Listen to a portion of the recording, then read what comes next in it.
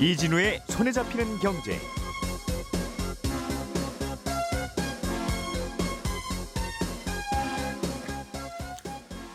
안녕하십니까, 이진우입니다. 2천만 원 이하의 소액 연체금을 오는 5월 말까지 모두 갚으면 연체 기록을 삭제해주는 신용 사면이 어제부터 시작됐습니다.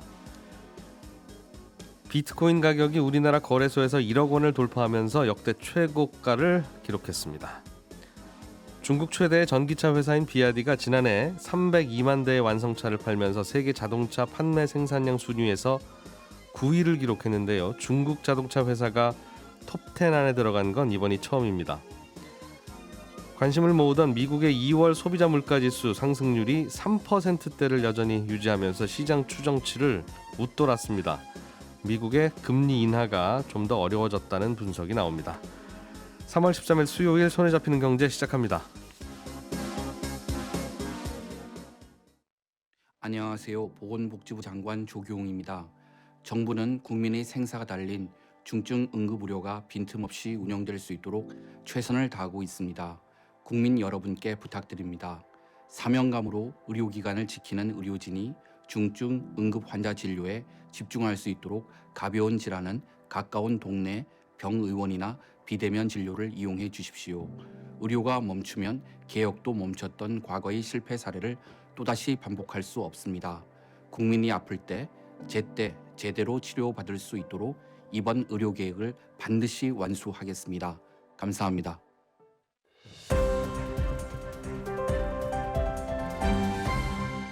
이진우의 손에 잡히는 경제. 네, 오늘은 남국민, 김치형, 서은영 세 분의 전직 기자, 현 경제뉴스 큐레이터 세 분과 함께합니다. 어서 오십시오. 네, 안녕하세요. 자, 서은영 큐레이터가 준비해 오신 소식, 2천만 원 이하 연체 기록을 아예 삭제해주는 신용 사면이 어제부터였어요? 네, 어제부터 이제 적용이 됐습니다. 그러니까 예. 이번 신용사면의 이제 목적은 코로나19 사태에 좀 일시적으로 좀 이제 자금 상황이 안 좋아졌던 뭐 소상공인이라든지 개인들 좀 있으시잖아요. 이분들이 이제 연체가 좀 발생을 했고 이미 갚았는데도 불구하고 그 기록이 남아 있어서 신용 점수가 많이 내려갔고 뭐 그러면서 이제 뭐 그 이후에 뭐 신용카드 발급받는 문제라든지 대출 받을 때 문제가 생긴다든지 이런 사례들이 좀 많다. 이거 좀 해결해 달라. 이런 좀 요구 사항이 있어서 갚긴 다 갚았는데. 네. 그래서 여기에 대해서 이제 특별 사면을 했다고 좀 보시면 될 것 같아요. 일단 좀 대상을 추리는 과정에서 좀 조건이 몇 가지가 있긴 한데요. 2021년 8월부터 올해 1월까지 2천만 원 이하의 소액 연체가 발생한 채무자가 대상이고요. 예. 연체 금액을 전액 상환해야 신용 회복이 이루어지는데, 그러니까 연체 이전에 신용 평점으로 올라가게 되는 건데 이미 갚았다면 이미 지금 자동으로 다 적용이 됐습니다. 그래서 신용평가사 홈페이지 가서 보시면은 어제부로 나의 신용 평점이 예전보다 올라갔구나 이런 거 확인하실 수가 있는데 지금 아직 갚지 않으신 분들한테도 아직 기회는 있어요. 오는 5월까지 연체 금액을 다 갚으면 예.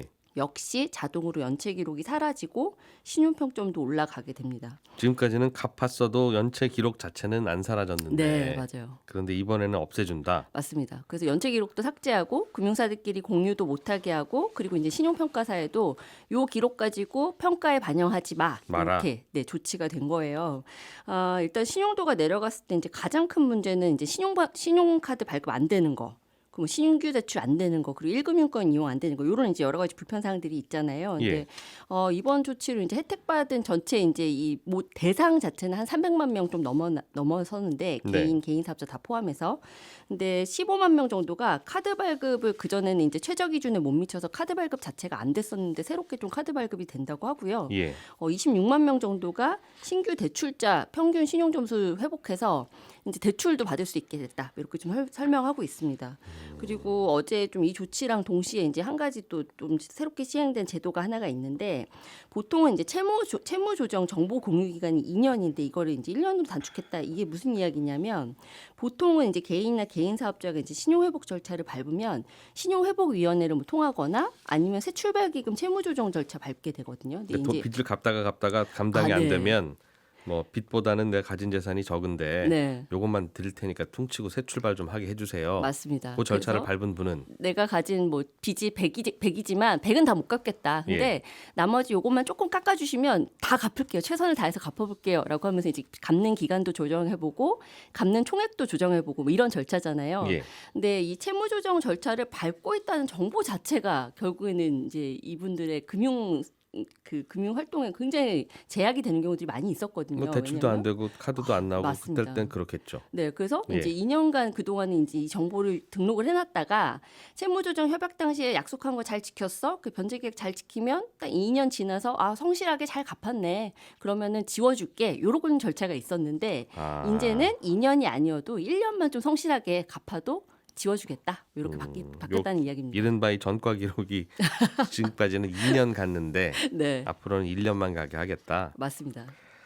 그런데 이걸 2년 보관하든 1년 보관하든 3년을 보관하든 또는 최근에 뭐 코로나 때문에 면체가 발생했다가 다 갚았는데 그 기록을 그래도 보관하는 이유는 네, 돈을 빌릴 때 그래도 최근에 연체하신 분들은 좀 불안해. 네, 라는 생각과 그게 그 자체가 통계고 과학이니까 맞습니다. 보관하고 적용했을 거 아니겠어요. 네, 네, 그리고 그런 통계와 과학을 잘 보관하면서 은행들이 대출을 해줄 때 요거를 적용하라고 하면서 정보 주는 데가 그 신용평가기관이지 않습니까? 맞습니다. 근데 네, 그 데이터베이스를 물론 이해는 되죠. 최근에 이거 연체 기록 좀 없애주면 빨리 카드도 받아서 쓸 텐데 불편하긴 네. 불편할 텐데 그런 분들과 안 그런 분들을 구별해 놓는 그 데이터베이스를 그 경기 어렵다고 막 지우라고 하면 이렇게 네, 그러면 그 데이터베이스 자체를 이제 못 믿게 돼서 맞는 말씀입니다. 어찌 보면 그분들 좀 도와주려고 하다가 다른 분들도 이제 대출금 불안해서 못 해줄 거 아니겠습니까? 그 금융산업이 발전한다는 건 사실 이 데이터 싸움인 거잖아요. 그러니까 이 데이터를 얼마나 정밀하게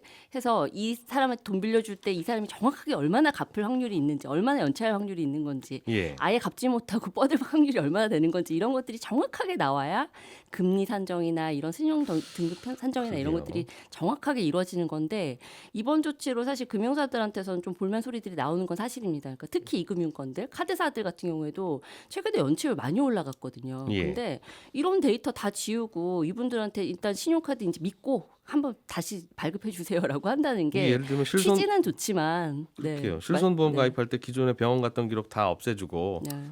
맞춰보세요 하는 그런 거니까 그럼 이건 이제 건강한 사람들도 의심받는다는 뜻이 돼서 그렇습니다. 이게 8.15 광복절 같은 때 예전에 뭐 경범죄 이런 기록 지워주는 거하고는 이게 취지와 느낌이 다른 건데 그런 생각은 드네요. 자주 쓰지는 말았으면 좋겠다 하는 네. 물론 이제 그 코로나 때니까 그 다른 상황은 좀 다른데 네. 다르니까 요때 건 없애줍시다 뭐 하는 취지일 수는 있겠으나 이런 과학을 자꾸 건드리면 안 되는 건데 정치가. 그렇습니다. 네, 비트코인 가격 이야기로 넘어가 보죠. 비트코인 가격이 연일 최고가를 계속 쓰고 있는데 영국에서 비트코인 ETN 승인 가능성이 높아지고 있다는 얘기가 나와요. 네, ETF도 이해해야 되는데 ETN 또 새로운 용어가 좀 등장했습니다. 예. 그러니까 이게 이제 최근에 뭐 비트코인 가격 막 국내 거래소에서 지금 1억 넘어섰잖아요. 거의 1억 60만 원 뭐 이 정도 거래되고 있는데 올 들어서만 이제 2배 가까이 올랐거든요. 그러니까 왜 올랐냐 이 이야기는 이제 기존에도 많이 다뤘으니까 좀 짧게만 설명을 드리면 4월에 이제 채굴량 자체가 줄어드는 반감기가 돌아와서 공급 자체가 줄어든다. 뭐 미국에서 비트코인 현물 상장지수 펀드 ETF 거래되면서 비트코인 자체를 현물을 사들여야 되는 수요가 많아졌다. 뭐 이런 이야기들 막 돌면서 이 비트코인 가격 자체가 많이 올랐거든요. 근데 예. 여기에 한 가지 이제 호재가 더해졌는데 영국에서 비트코인 ETN 출시가 임박했다. 이런 이야기가 나온 겁니다. 그러니까 ETN이라는 것은 이 ETF랑 거의 비슷하다고 생각하시면 돼요. 그러니까 상장지수 증권인데요. ETF는 상장지수 펀드. 네, 그리고 ETF는 상장지수 펀드, 그러니까 F, N 이렇게 다르죠. 그게 이게 뭐냐면 발행사만 다른 거죠. 네, 발행사가 다르고 이제 약간의 이제 운용 방식도 조금 다르긴 합니다. 그러니까 뭐냐면 일단 두 가지 공통점을 먼저 말씀드리면 하나는 주식시장에서 둘 다 상장이 돼서 실시간으로 거래할 수 있다라는 점. 예. 그리고 또 하나는 기초자산이 오르는 만큼 수익 내고 떨어지는 만큼 손실을 보는 구조라는 점. 요건 똑같습니다. 근데 다른 점은 ETF는 일단 자산 운용사가 운용하는 펀드고요. ETN은 증권사가 발행하는 증권이라는 점인데 이게 N이 노트예요. 그래서 사실 쉽게 좀 이해하려면 채권이라고 이해하시면 가장 쉬운데 채권이라고 하면 뭐가 있습니까? 만기가 있잖아요. 그래서 이 만기가 있는 구조다. 그래서 이 만기 같은 경우는 좀 길 수도 있는데 뭐 1년 내지 뭐 10년 뭐 이렇게도 좀 설정이 된다고는 하고요. 그리고 이 증권사가 발행하는 ELS랑 또 비슷한 구조도 있어요. 그래서 ETN 같은 경우는 되게 다양한 구조를 만들 수가 있는데 ELS라고 하면은 왜 뭐 이번에 이제 홍콩 H 지수 관련 ELS 좀 문제 됐습니다만 H 지수가 뭐 50% 이상 하락만 안 하면 5% 수익 보장해 드릴게요. 이런 식의 구조가 만들어지잖아요. 뭔가 조건이 붙는 내기죠. 네, 그래서 ELS는. ETN도 이런 식으로 좀 독특한 구조로 상품 개발이 가능하다라고 합니다. 근데 그럼 이제 과연 ETN도 이 비트코인 현물 ETF 상장했을 때만큼 정말 이 ETN이 나왔을 때 정말 호재가 맞냐 이거에 대한 의견들은 조금 분분한데 조금 사실 ETF만큼 호재라고 보기는 어려운 측면들이 분명히 있습니다. 왜냐하면 이 비트코인 현물 ETF 같은 경우에는 운용사가 이 ETF를 운용을 하면서 실제로 비트코인을 사들여야 돼요. 왜냐하면 예. 이제 비트코인 가격에 연동이 돼서 이 ETF의 주가가 움직여야 되기 때문에 현물을 많이 사들여야 되는데 가령 이제 올해 1월에 나왔던 게 이제 블랙록 세계 최대 운용사 블랙록 현물 ETF가 상장을 했었잖아요. 예. 비트코인.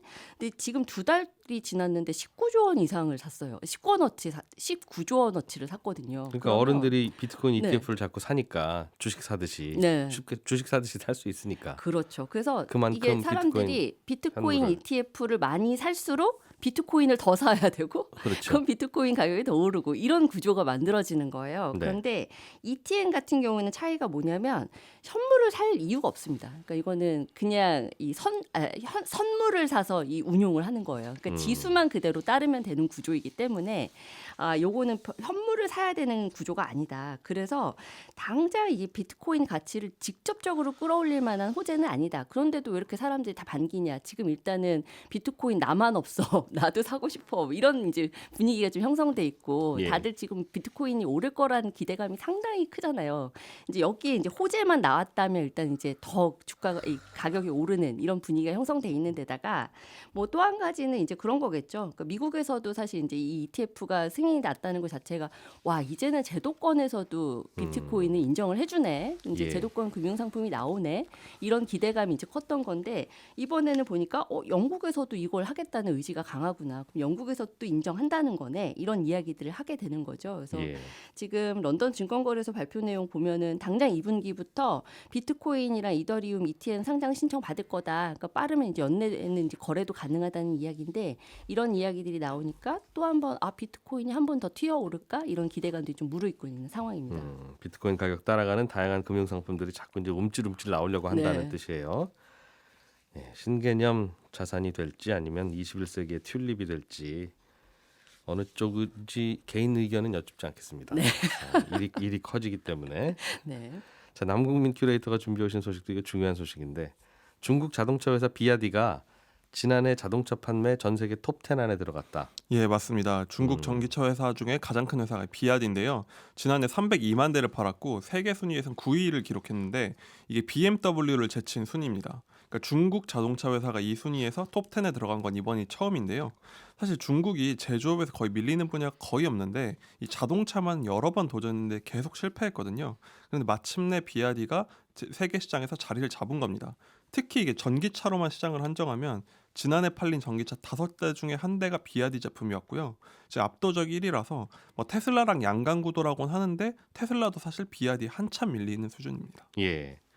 아무래도 이게 중국 자동차 시장이 크고 전기차가 많이 팔리는 시장이니까 거기서 많이 판 게 9위까지 올라가는 가장 큰 원동력이긴 했겠어요. 맞습니다. 일단 중국 시장이 크다는 게 가장 큰 힘이 되긴 했는데 비아디 매출 중에 아직 수출은 10% 정도밖에 안 돼요. 그래서 거의 다 안방 시장에서 나온 매출인데 물론 정부의 지원 뭐 이런 시장 지원도 있지만 사실 그건 역설적으로 보면 이제 본격적으로 수출 시장에 뛰어들려고 몸을 푸는 상황인데도 이 정도 점유율을 확보하고 있다. 그러니까 예. 앞으로 어디까지 갈지 모른다고 볼 수 있는 거죠. 근데 이게 비아디 차 좀 아시는 분들은 가서 보면 야 이거 타이어랑 의자는 내가 따로 사야 되는 가격인가? 네.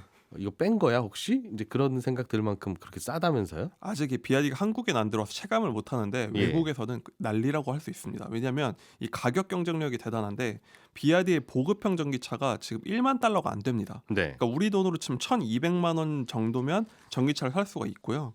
대표 모델인 중형 세단도 한 4천만 원 이하, 그러니까 우리나라 돈 3천만 원대에 팔고 있으니까 예. 가격이 엄청나게 싼 거예요. 근데 이게 가능한 게 중국의 제조업 역량인데, 물론 초기에는 뭐 정부가 온갖 보조금 혜택 이런 거 몰아주면서 경쟁력을 키워주긴 했는데, 지금 이제 중국 내에서도 보조금 이런 거 폐지했는데도 이런 가격이 수지가 맞는다는 겁니다.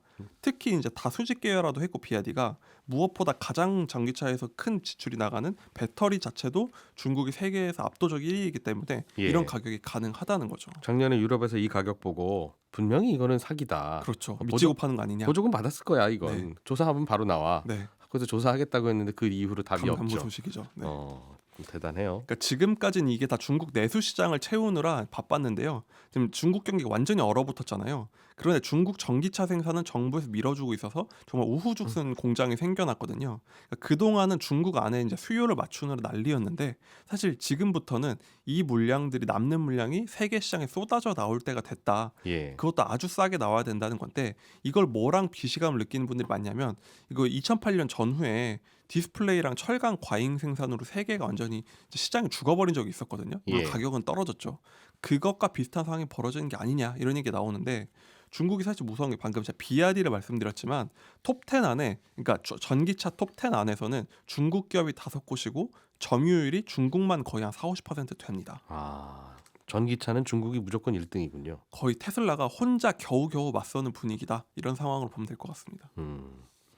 이게 요즘은 전기차 수요가 또 잠깐 중간 뭐 멈추고 있다고 합니다만, 이렇게 가격 경쟁력까지 있으면 여러 나라 소비자들이 관심을 갖겠어요. 이제 몸 푸는 단계인데도 방금 말씀해주신 것처럼 유럽에서는 벌써 난리가 났잖아요.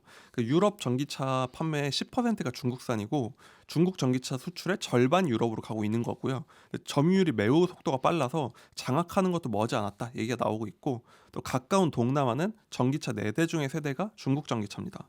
그러다 보니까 이제 유럽은 이제 IT 산업에서 이미 밀렸고, 화학도 에너지 위기 때문에 밀렸고, 믿을 게 명품 자동차뿐인데 예. 자동차가 흔들린다고 해서 지금은 뭐 벤츠 CEO 이런 사람들 나와서 경쟁 힘들다 이런 얘기를 할 정도고요. 미국도 마찬가지여서 미국 제조업 연맹이 이러다 우리 다 죽는다 이러면서 얘기를 하고 있고, 머스크도 비아디가 위협적이다 얘기를 하는 분위기입니다. 아직 안 타보신 분들은 아유 그래도 어떻게 차를 중국산을 사. 맞죠? 차는 에이 그런 거 아니야. 이제 그런 생각을 갖고 있는 분들이 있을 텐데, 그렇죠. 그런 소비자들의 마음까지도 이건 살만한데 하는 생각을 들게 했다는 거잖아요. 중국 차가 워낙 자주 많이 실패하다 보니까 그런 한계가 있다. 자동차는 일종의 지휘제인데 되겠냐 했는데, 무엇보다 가격 경쟁력을 갖춘 데다가 이게 비아디가 최근에 유수의 브랜드 디자인을 영입하면서 예. 디자인을 확 바꿨거든요. 그래서 사실 이거 팬들, 그러니까 자동차 관심 있는 분들 사이에선 이거 포르쉐랑 거의 비슷하게 만들어놨다.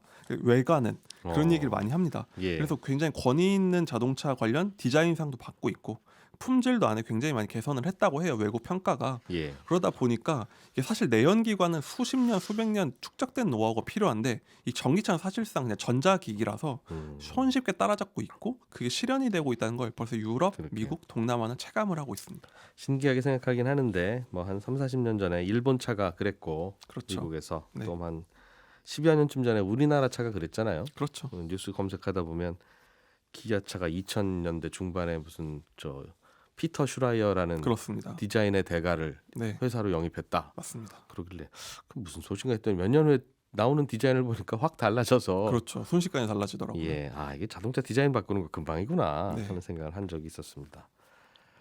우리나라가 걱정이네요. 자동차 팔아야 또 우리는 수출할 텐데. 일단 현대차가 위협적인 적을 만났고요. 일본에서도 둘이 거의 비슷한 시기에 들어갔는데 이제 비아디가 압도하고 있다는 평가를 받거든요. 예, 무엇보다 우리나라에서도 6월 달에 곧 출시가 될 예정이라고 알려져 있어요. 근데 물론 소비자 입장에선 저렴한 차 타니까 좋은 건데, 문제는 이게 우리나라도 미래 산업이잖아요. 그러니까 너무 강력한 경쟁자를 만나서 전 세계가 다 그러게. 걱정하고 있습니다. 요즘 우리나라 자동차 나오는 거 보면 참 흠잡을 데 없이 좋은데 그렇죠. 주가나 이런 걸 왜 안 좋아? 보면 다른 나라 자동차들도 흠잡을 데 없이 너무 좋아서 다 잘 만듭니다. 그래서 걱정이라고. 네. 예. 자, 김채영 큐레이터가 네. 준비해 오신 소식은 오늘 사실 제일 중요한 뉴스인데 늦게 만나봅니다. 네. 미국의 물가 네. 이게 좀 낮게 나와야 미국 금리도 내릴 때 그렇죠. 내리고 그래야 좀 숨통이 트인다. 예, 우리도 영향을 좀 받고요. 그랬는데 또 안 낮아졌어요? 2월 미국 소비자 물가 CPI라고 하잖아요. 전년비로 3.2% 상승한 걸로 나왔는데요. 시장은 3.1% 오를 걸로 예상을 했습니다. 그러니까 시장 예상을 소폭 웃돌았다 이렇게 볼 수 있고요. 전월비로는 0.4%가 오르면서 시장 예측과 일치를 했습니다. 1월 달하고 비교를 해보면 1월 달에 물가가 전년비로 3.1% 올랐으니까 이거보다도 소폭 올라갔고요. 전월비로는 0.3% 상승이었으니까 이것도 소폭 올라갔으니까 물가가 조금 오르고 있네? 3%대에서 물가가 계속해서 유지가 되네? 이런 걱정들이 생기는 거죠. 예. 근데 오늘 이제 증시는 도리어 좀 미국이 강세 마감을 했어요. 그래서 이걸 보면 미국 시장에서 증시 분위기가 좋은 걸로 계속 해석하려고 하는 느낌이 좀 있다라고 볼 수가 있거든요. 그래서 이 CPI를 어떻게 해석했냐면 이제 근원 CPI라고 그래서 변동성이 큰 것 제외하고 보는 게 있지 않습니까? 식료품과 에너지는 예. 빼고 예. 나머지. 그걸로 보니까 전년비 3.8%, 전월비로 0.4%가 올랐더라. 이것도 낮은 게 아닌데. 낮은 건 아닌데 이걸 우리가 소수점 둘째 자리까지 한번 봐보자. 그래가지고 이걸 보니까 시장에서 0.32% 상승을 예상했는데 예. 실제로는 0.36% 나왔어. 예. 이거 반올림에서 0.4%라는 거지 사실은 시장 예측하고 그렇게 차이가 난 게 아니야. 이렇게 또 해석을 하는 거예요. 그리고 이걸 다시 코어 CPI라고 해가지고 주거비까지 제외하고 또 봤습니다. 예. 그러니까 계속 좋은 걸 찾고 싶은 거죠. 물가 별로 안 올랐다는 증거를 찾기 네네. 위해서. 예. 근데 이제 이게 코어 CPI가 1월 달에 전달 대비해서 0.8%나 올랐었거든요. 예. 근데 2월 발표를 보니까 이게 0.5%로 둔화됐더라. 그러니까 이거 진짜 물가는 지금 떨어지고 있는 거야. 내리기는 내리는 것 같아. 네. 그렇게 해석을 하면서 오늘 증시는 도리어 오른 그런 모습인데 사실은 오늘 증시에서 그 엔비디아가 또 이틀간 조정을 받다가 갑자기 좀 주가가 오늘 7% 뛰었습니다. 예. 그것도 좀 영향이 있었던 것 같고요. 어쨌든 다음 주에 이제 미국의 연준 회의가 있는데요. 여기서 금리를 동결할 것 같기는 한데 거기서 어떤 발언이 나오는지 그리고 점도표라는 게 공개되는데 점도표가 뭐가 나오는지 이것까지 좀 봐야 되는 지켜봐야 상황이 되겠습니다. 있죠. 요즘 자산 시장은 코인도 그렇고 주식도 그렇고 심지어는 부동산도 그렇고 네. 슬슬 들썩들썩하면서 호재에 더 민감한 말씀하신 대로 꼭 호재는 아닌데 싶어도 잘 들여다봐 이거 호재로 해석할 수도 있을 거야 네. 하는 분위기가 전해지는 그런 상황인가 봐요. 항상 같은 수치가 나오더라도 시장에서는 같은 지표를 긍정적으로 해석하느냐 부정적으로 해석하느냐에 따라서 이제 금융시장의 방향성이 좀 달라지는데요.